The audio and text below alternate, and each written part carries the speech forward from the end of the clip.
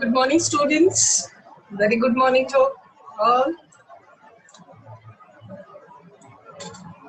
Yes. So बच्चों हमने start किया था VVIMP part and that is the pollination. Pollination में बच्चों हम पढ़ने जा रहे हैं आज पढ़ने जा रहे हैं बच्चों हम लोग क्रॉस पॉलिनेशन. सो याद करो yesterday we have studied the autogamy. ऑटोगमी हमेशा बाइसेक्सुअल फ्लावर में होती है. It's a sexual reproduction.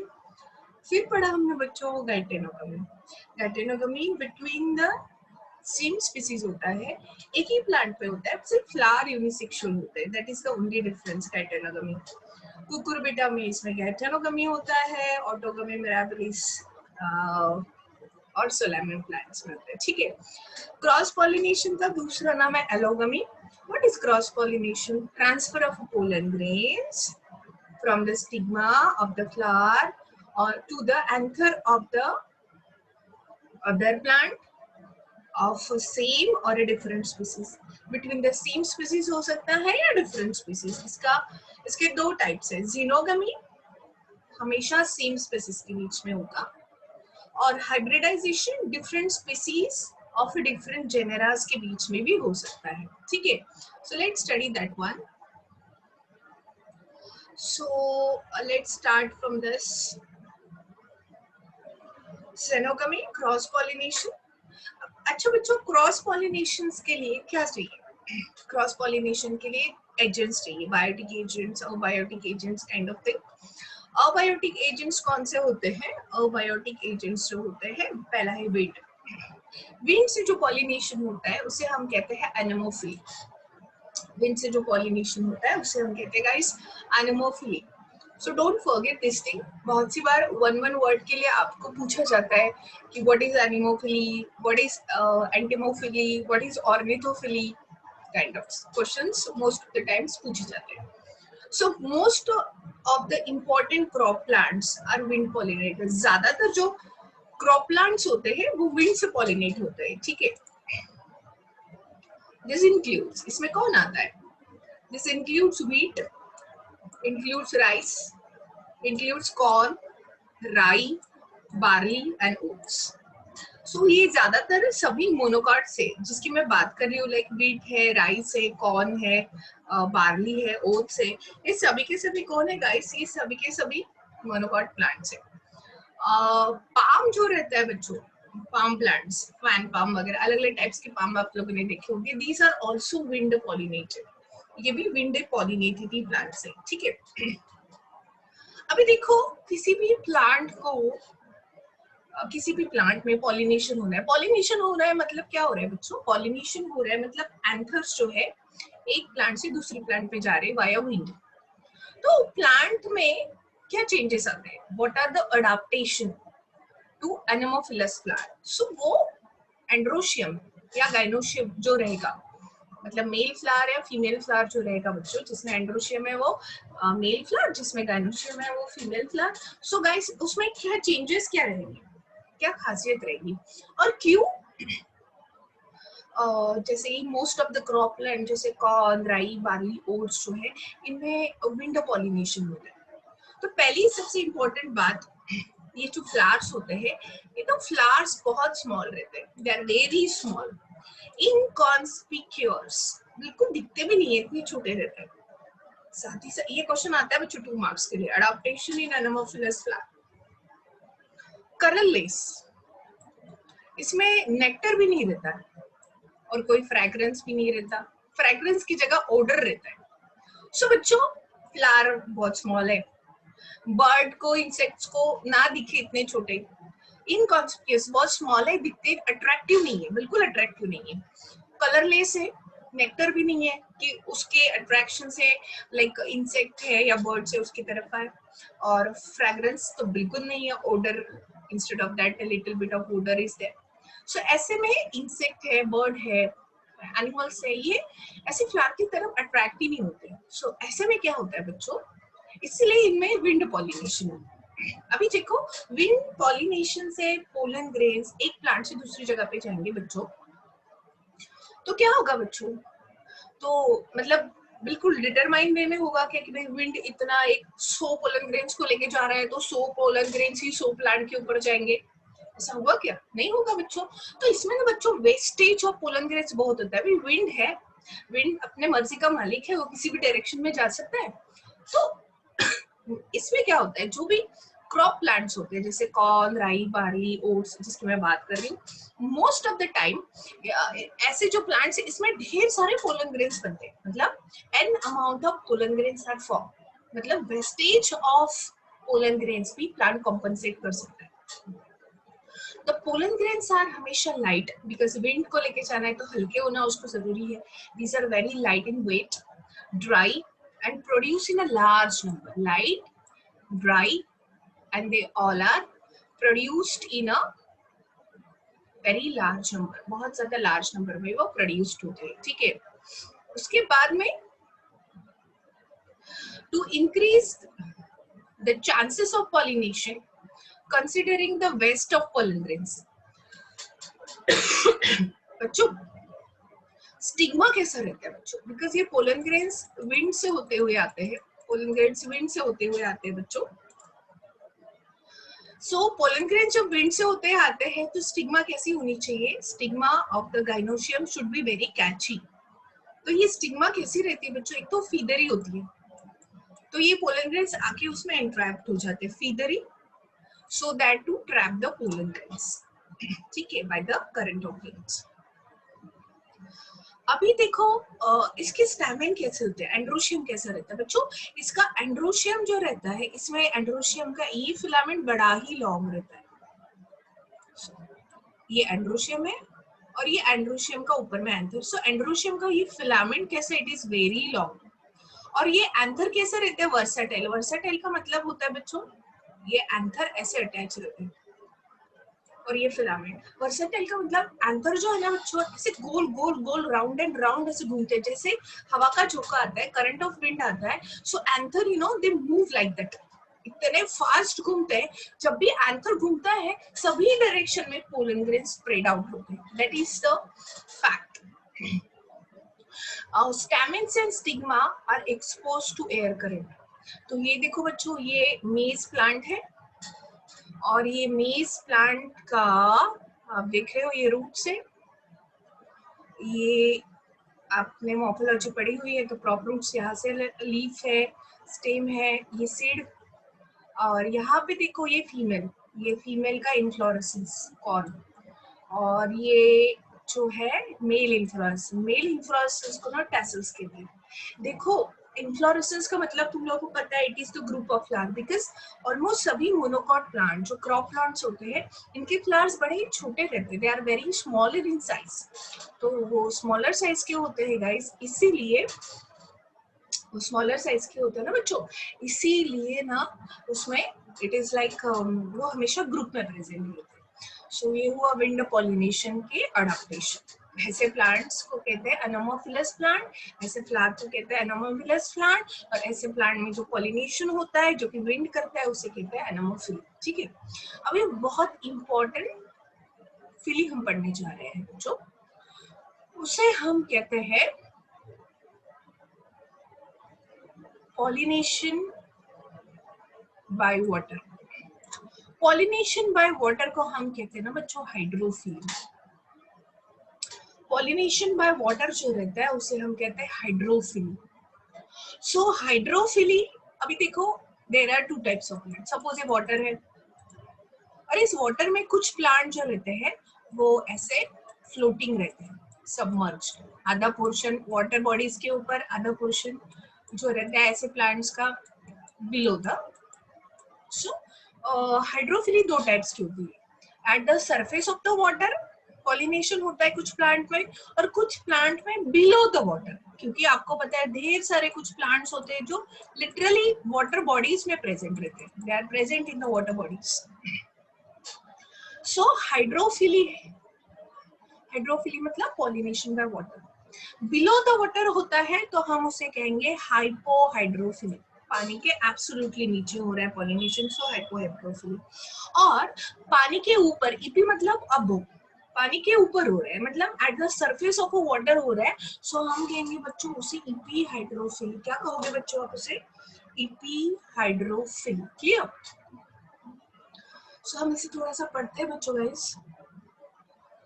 So pollination by water, पहला है hydrophily. Hydrophily found in some 30 genera, 30 genus है उसमें होता है। मैक्सिमम एक्वेटिक मोनोकॉट प्लांट जो है जैसे कि वैलिसिनेरिया, वैलिसिनेरिया ये प्लांट जो है बच्चों, वैलिसिनेरिया प्लांट जो है बच्चों, इसमें इसमें इपी हाइड्रोफिल होता है। और ये जूस्टेरा है, सेराटोफाइलम है, इसमें हाइपोहाइड्रोफिल होती है। अच्छा, जो फ्लावर्स होते हैं बच्चों जो वाटर में रहते हैं,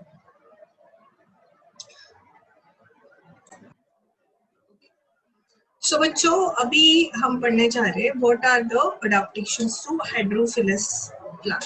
पहला, flowers are small and inconspicuous, बहुत छोटे रहते हैं, अट्रैक्टिव भी नहीं रहते। और जनरली ना बच्चों इसमें सेपल पेटल ऐसा कुछ रहता नहीं है। सेपल और पेटल सिमिलर दिखते हैं, जनरली हम उसे कहते हैं पेरियांथ। मुझे फिर से पेरियांथ पढ़ाने की जरूरत है? नहीं, मैंने पढ़ा दिया है। पेरियांथ मतलब सेपल और पेटल दोनों अनडिस्टिंग्विशेबल रहते हैं, दोनों सिमिलर दिखते हैं, ठीक है ना। और उसके इंडिविजुअल मेंबर्स को ना हम टेपल कहते हैं बच्चों। इसके पोलन ग्रेन्स कैसे रहते हैं बच्चों? पोलन ग्रेन्स आर लॉन्ग और अनवेटेबल, बिकॉज वो वाटर में है तो वेटेबल कैसे रहेंगे बच्चों? It is unwettable. और बच्चों ऐसा इसलिए कि उसके ऊपर म्यूसिलेज का वैक्सी कोटिंग जैसे म्यूसिलेज होता है।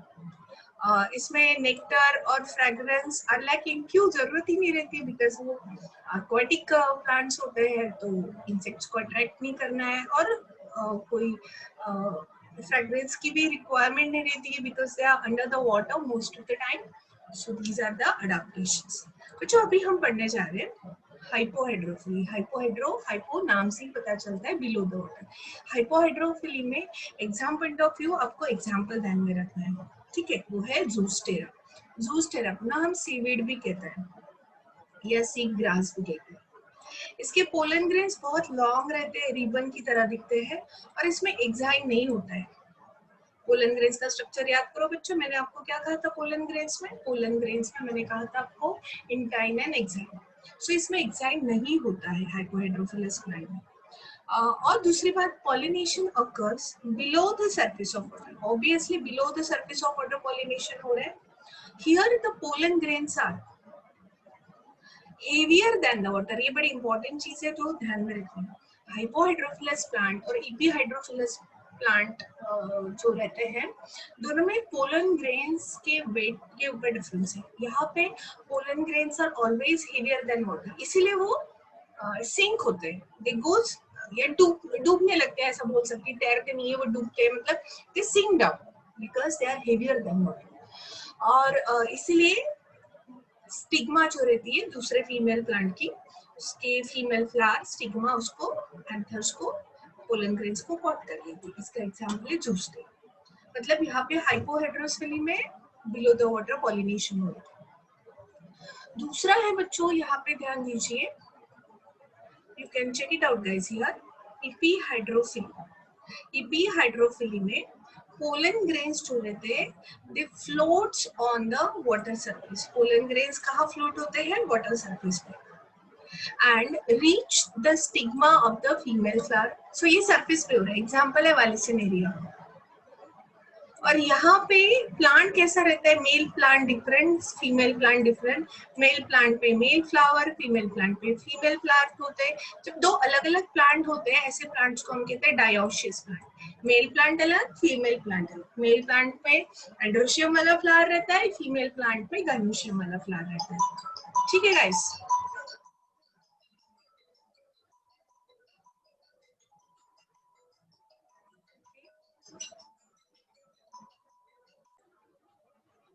सो बच्चों एपीहाइड्रोफिली में पोलन ग्रेन्स जो रहते हैं वो अबव द सरफेस और at the surface of water they transfer from one plant to another.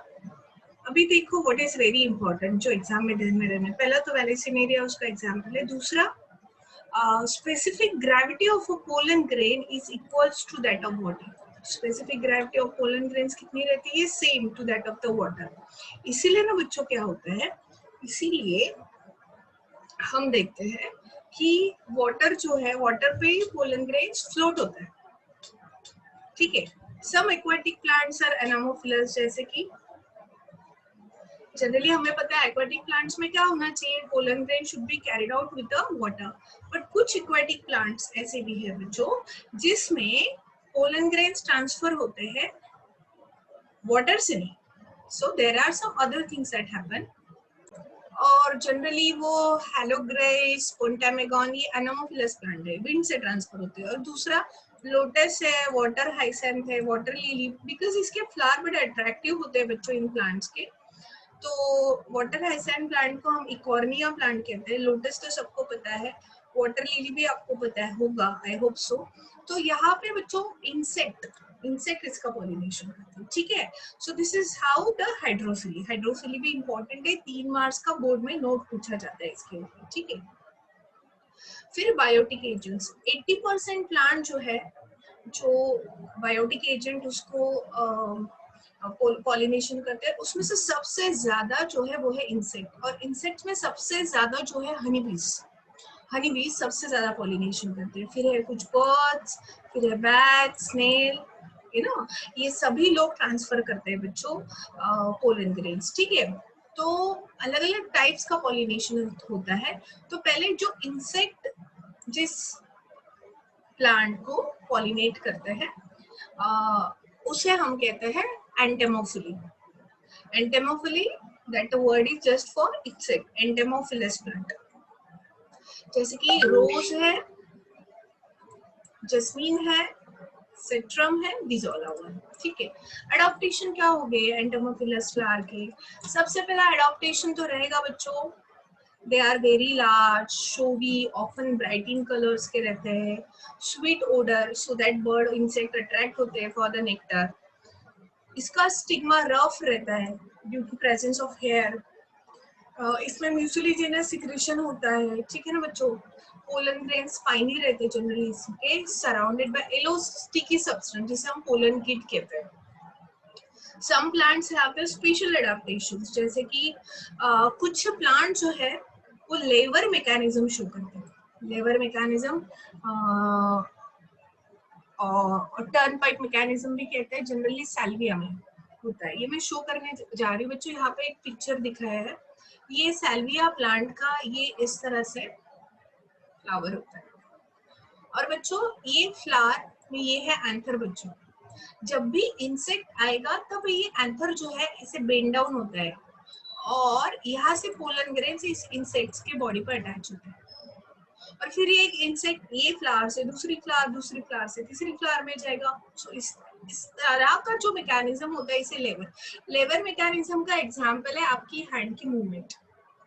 जब कोई वन पर्सन प्रेशर क्रिएट करता है और दूसरा चीज मूव होता है, जैसे कि सीसो में बीच में ऐसा फलक्रम होता है, ऐसा सीसो में, ये सीसो है बच्चों, यहाँ पे सीसो में फलक्रम होता है. तो यहाँ पे कोई अब ये सीसो है, सो यहाँ पे कोई बैठेगा, अपना वेट प्रोड्यूस करेगा, प्रेशर प्रोड्यूस करेगा, तो ये ऊपर चला जाता है. सो इसी तरह से लेवर मैकेनिज्म सैल्विया में होता है. I want to show you the video of lever mechanism. मैं इसको दिखाना चाहूंगी बच्चों आपको अभी. बच्चों आप देख सकते हो यहाँ पे this video, you can check it out. ये देखो अलग अलग फ्लावर से, ये देखो इंसेक्ट्स आते हैं, ये ऊपर में एंथर से बच्चों वो आके जैसे एंथर पे अटैच हो जाते हैं और उसके बॉडी को पोलन ग्रेन्स अटैच हो जाते हैं. अभी ये जो है ये सैल्विया प्लांट का एग्जांपल है. ये देखो ये ऊपर में, अभी देखो ये इस तरह से ये इंसेक्ट है, एक जगह से दूसरे सैल्विया प्लांट पे जा रहा है. और जब भी ये इस पेटल के ऊपर प्रेशर देता है, ऊपर से फर्टाइल एंथर उसके बॉडी के ऊपर ओवरलैप हो जाते हैं. यहाँ पे ये देखो, सपोज कोई इस पेटल के ऊपर प्रेशर देता है, सोच लो कि ये इंसेक्ट है. ये देखो ऊपर से ये फर्टाइल एंथर उसके बॉडी के ऊपर अटैच हो जाते हैं और पोलन ग्रेन्स को छोड़ते हैं. ये देखो यहाँ पे आप देख सकते हो, ये जैसे ही इंसेक्ट आएगा ये फिलामेंट है, ये एंथर है, और एंथर में पोलन ग्रेन्स रहते हैं। ये पोलन ग्रेन्स उसके बॉडी को अटैच हो जाते हैं बच्चों। इस मैकेनिज्म को लेवर मैकेनिज्म कहते हैं। सोचो ना बच्चों, सेल्विया प्लांट में कभी भी पॉलिनेशन नहीं होगा। तब तक ये पॉलिनेशन नहीं होगा जब तक के वहां पे इंसेक्ट्स की एंट्री नहीं होती। इंसेक्ट्स के वेट के कारण पेटल्स पे प्रेशर आता है, ऊपर से एंथर उसके बॉडी के ऊपर अटैच हो जाता है। It is a very beautiful mechanism salvia का, पॉलिनेशन का है। You can check it out guys. देख रहे हो बच्चों? Yes. So once again, so this is the salvia, ये है एंथर, ठीक है।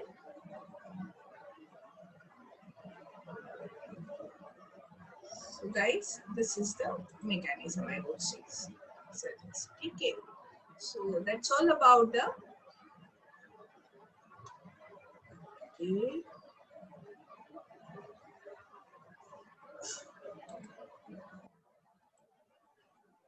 Okay. That's all about the एंडोमोफिली। एंडोमोफिली मैं नेक्स्ट क्लास में और डिटेल में पढ़ाऊंगी बच्चों। आज के लिए इतना ही, ठीक है। Keep on studying, complete your assignments, that is too important, and read out. हर क्वेश्चन आंसर को अच्छे से रीड आउट करो बच्चों, ठीक है। Today I will send you the notes as well, ठीक है। थैंक यू बच्चों।